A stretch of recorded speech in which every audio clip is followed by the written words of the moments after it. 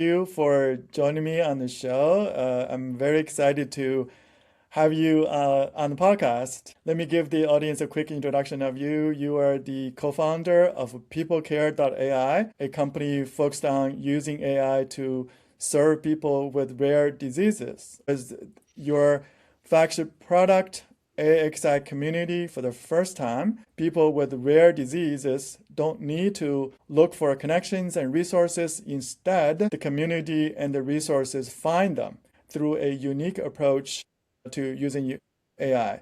You have over 36 years of experience in leading companies across various sectors and are particularly passionate about issues on aging, rare disease, and mental well-being, particularly among populations living with a low income. Again, welcome. Thank you, Jeff. So happy to be here. Thank you for inviting me. Okay, so let's dive right in.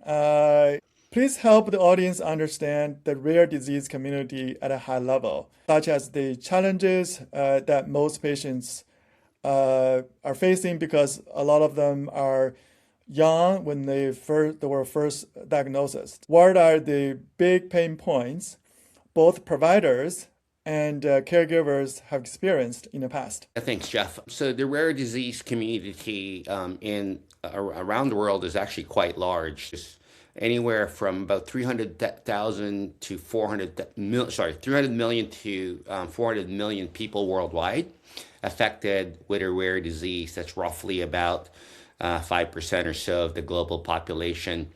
And that encompasses around 10,000 different distinct rare disease, of which 70% are genetic and 70%, as you said, Jeff, actually begin in childhood. So that's actually a significant issue. The US alone, there's 30 million Americans roughly that are affected with rare disease. That's roughly 1 in 10 of the US populations. And it is not so rare because rare disease are defined as rare when it affects less than 200,000 people. So it's possible that you have a rare disease and there's 200,000 people that also have the same disease as you. Although it's not as common, but it isn't entirely possible to do so. Unfortunately, 50% of the folks who have rare disease are children, and they're children under 5. And that puts obviously the burden, not just on the child or the person suffering from the rare disease, but also on their families who are their caregivers, psychologically, financially, obviously, physically, also struggle with being able to manage this particular rare disease. And the other unfortunate thing is less than 5% of the rare diseases out there have actually FDA approved treatments. It's quite rare to be able to, you live with the disease, you will normally die with that specific disease. So 95% have absolutely no approved treatment. The other problem is that to get a diagnosis normally takes 5 or 6 years. So it's difficult to figure out exactly what you have. And patients often have to see multiple doctors before they're actually diagnosed, right? From a cost perspective, it's also a significant burden, because people with rare disease pay costs that are 3 to 5 times higher than what we normally averagely affects us when we don't have a specific rare disease. So collectively, it is a very large underserved patient population, not just in the US, but also in the world. Wow, that's a lot of challenges. So when you started this project, what did you set out to achieve that? Yeah, so when we looked at starting out People Care and we looked at trying to solve this particular problem, we looked at where's the best way for us to be able to have the largest impact. I'm a technologist, my partner is a neurosurgeon, so we met at a conference together with 2 other doctors and shared the same passion for rare disease, and we're trying to figure out what's the best place for us to be able to have an impact on this particular population. So there's obviously the clinical aspects of rare disease, which are enough of a challenge, and which we didn't think we could affect in terms of we do not do research on specifically solving a particular rare disease. And as you heard from my statistics, with less than 5% approval from FDA, it's a huge challenge that the 4 of us couldn't solve really on our own. And so we wanted to focus on 2 areas. One is financial. As I said, people with rare disease pay costs that are 3 to 5 times higher than a normal person. And then the Second issue is the psychological and the lifestyle issues that a person with rare disease suffers. So to give you an idea about that, from a medical research perspective, we know, for instance, that many of the people who are suffering with rare disease are objectively socially isolated. The very definition of having a rare disease socially isolates you, right? Because there's very few that are sharing that. And when you have a rare disease, it oftentimes affects other things that you can't do in public as easily. So you're already socially isolated at that particular point. Depending on the rare disease, there's also a tremendous amount of social stigma. For instance, we work with an organization in the Congo where the rare disease we specifically work with is vitiligo. That is a form of, where your skin actually becomes pink, right? And that is and you have pink spots or white spots. That then becomes very much a stigma in that population, right? Who's, obviously African and largely Black, and you're seen as a complete oddity. And with all of the other challenges around culture and belief systems and things of that nature, you're automatically stigmatized at that particular perspective. So you're stigmatized and you're going to be socially isolated, objectively social isolated, and lonely as well. So the psychological aspects of that are fairly big. When you have a rare disease, many of the patients tell us that because of the fact that very few people have it, not that it takes a while to get diagnosed, you normally see so many different doctors, there is no such thing as a primary care doctor that's an expert on rare disease, right? Because the primary care doctor is responsible for a much bigger holistic issues. In fact, in medical school, told by my partners, not by me because I didn't go to medical school, is in many cases, a particular rare disease is 1 or 2 paragraphs, right, that they learn about at that particular point. So you go see a doctor and you have a particular rare disease. Diagnosing it is a problem. Once you diagnose it, many times the doctor doesn't really know what to do, right, about it. They may prescribe or say something for you to do that actually hurts you. Give you an example with gastroparesis. They may say, hey, just drink milk. Well, that milk will actually freeze up your stomach even more. It's a real problem, right? And so there's challenges around even finding a doctor and that you might want to see. So all of those things are the areas that we felt that we wanted to solve. But when we looked at the problem, what was happening was the people who have rare disease, if they were adults or adolescents or their caregivers, end up having to look for these resources themselves, right? Go online, search everything, call a bunch of places, do all the research. When you get a bill, they deal with all the administrative cost of dealing with a rare disease, which becomes also much more frequent, insurance issues, things of that particular nature. And so we felt that the best way for us to be able to affect that and make an impact was dealing with the emotional, psychological, the social isolation issues, and then also the issues around financial care of the person with rare disease or the caregiver who's caring for somebody with a rare disease. And we felt we could make the biggest impact doing that. Okay. When we looked at this particular problem. Okay. Well, that's good. So maybe tell us what you have done so far in terms of addressing the financial and psychological, issues. Yeah. Well, it's taken us several years to be able to get where we are at this particular point with a lot of testing, many revisions and sessions with folks with rare disease, working with rare disease organizations in the United States and also internationally to figure out exactly how's the best way for us to solve this problem and how to make an effect. What we came up with was a platform that we built called Axi Community. You could actually get to it by going to peoplecare.ai and going to Axi Community and registering for that.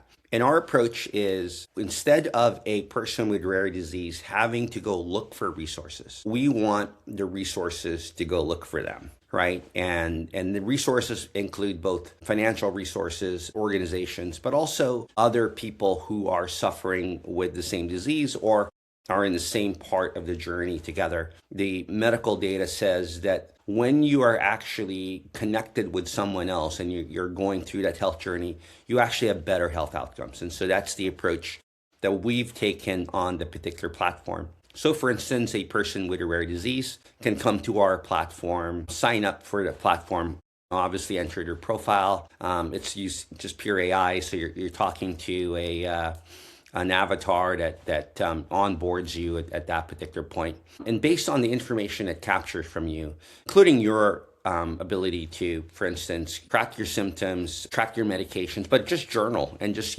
talking to an AI avatar at that particular point allows to build that profile. And then when you have an issue, what happens then it goes out to the community to look for people that could support you. And so you might have a question, for instance, like, my kid just got diagnosed with a rare disease. I need a doctor.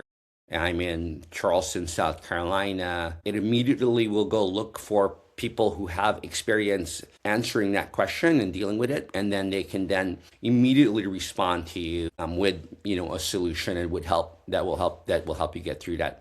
We work on a process of reciprocity, so the more you help others, the more you get helped as well. We have points system, so it's kind of gamified, and so more Axie points that you get, you can redeem those Axie points for other things within the platform as well to be able to connect folks together. So I think that addresses the psychological or social aspect of it, right? Can you talk about the financial aspect of it as well? Yeah, and so when you have a rare disease, or most of us, whether we have a rare disease or not, when we see a doctor, we get a bill. We have no idea sometimes what we're being billed for. It's the only kind of thing in the United States where we don't know what we pay for ahead of time. We all get it after the fact, in most cases, not all the time. And unfortunately, 80% of the bills that you get are wrong.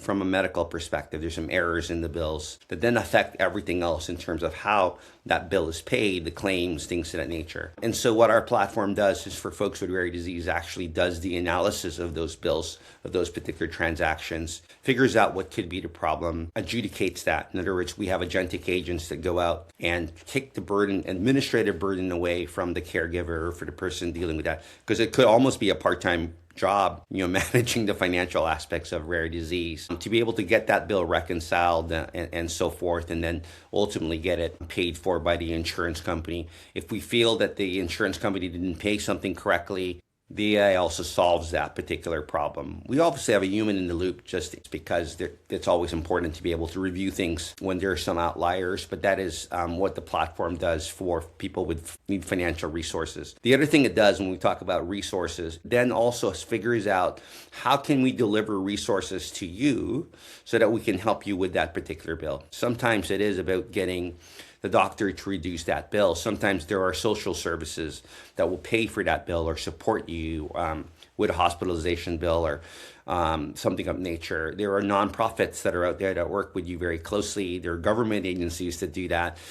Having to go look for those yourself is very difficult. So we do all of that for you and manage that for you within the app itself. That's great. I as I was saying, when we talk about this in a prep call, I have a neighbor. I think both himself as well as one of his kids probably have two different rare diseases. So I really look forward to introduce peoplecare.ai to them, and hopefully they will find that helpful. So maybe tell us about the results. I'm sure you're measuring, right? So what results have you achieved to date, qualitatively as well as quantitatively? Yeah. So from a user perspective, in terms of the number of users that are on the app, we measure two ways. One is we look at how many rare disease communities, organizations are actually using our app.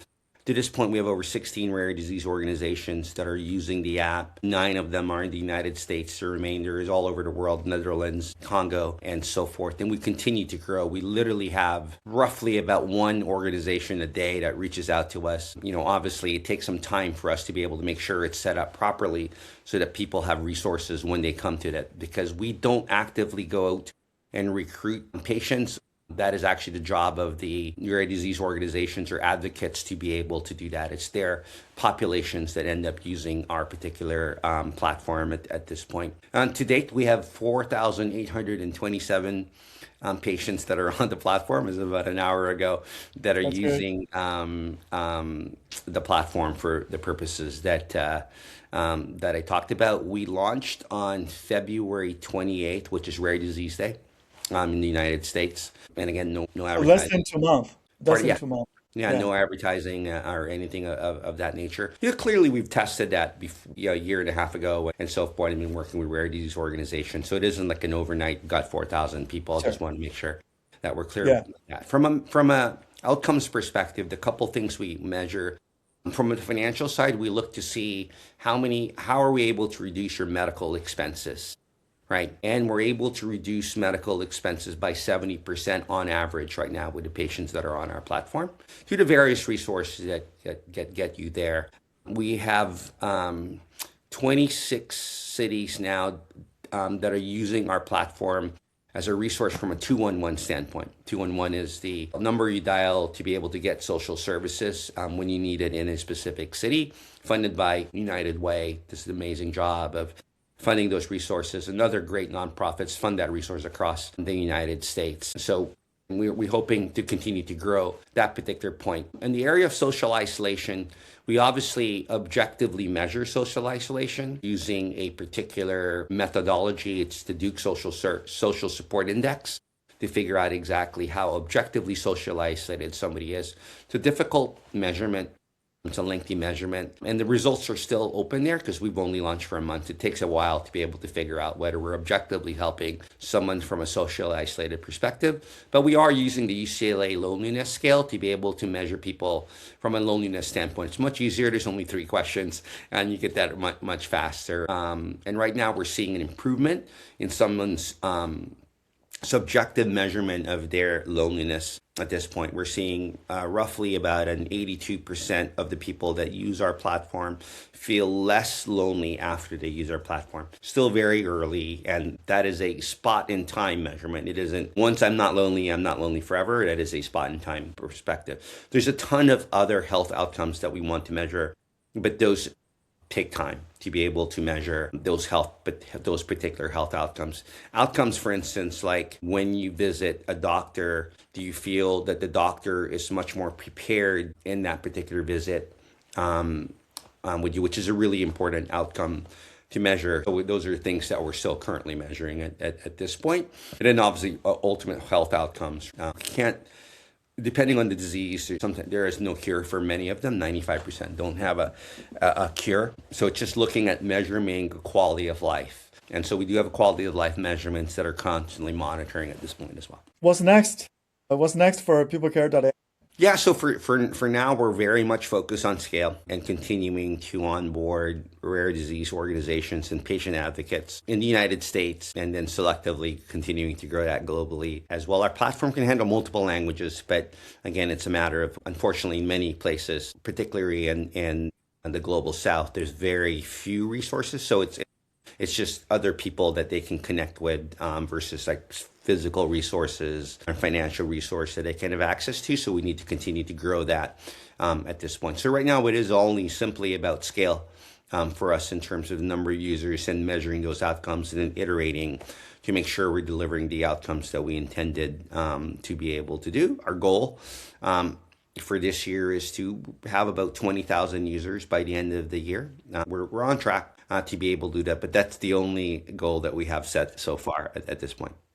Sure. So I guess maybe stepping away from peoplecare.ai for a moment, just talk about the rare disease in general. What else people are doing with AI for that you are particularly excited about? Oh yeah, we're super excited about the AI, specifically in rare disease. There's a company called Match, based in San Francisco, that has built amazing platforms using enabling AI to be able to help rare disease detection, which is, as I said, is a problem in itself, right? It takes 5 to 6 visits just to figure out that you actually have a rare disease. So we're really excited about that and continue to cheerlead from the sidelines on that side because it's not our area of expertise. There are organizations that we've actually worked with that have built large language models, very specialized models that are specifically focused on rare disease that help from a research perspective do drug discovery, chemical discovery, and for research to be able to actually solve those particular problems. So again, I think people have always done that over time, but AI is not only enabling that, but also very much speeding up that work. And that's amazing to see because the impact is tremendous for folks, including the ability using AI to do quicker drug approval, FDA approvals on devices as well as on medication. Rare disease drug discovery today is the budgets for those in the United States are slightly lower than they are in, for instance, German pharmaceuticals and French pharmaceutical companies and so forth. many U.S. researchers continue to do that. And AI allows them to be able to do that at a cost that they would not have been able to do even just a year ago or so. So we're super excited about how AI is enabling and finding solutions for folks with rare disease. Okay. Well, that's great. It's such a pleasure to have you on the show. Thank you so much, Jeff. I really appreciate it. Thank you for the time and for wanting to hear about what our organization does.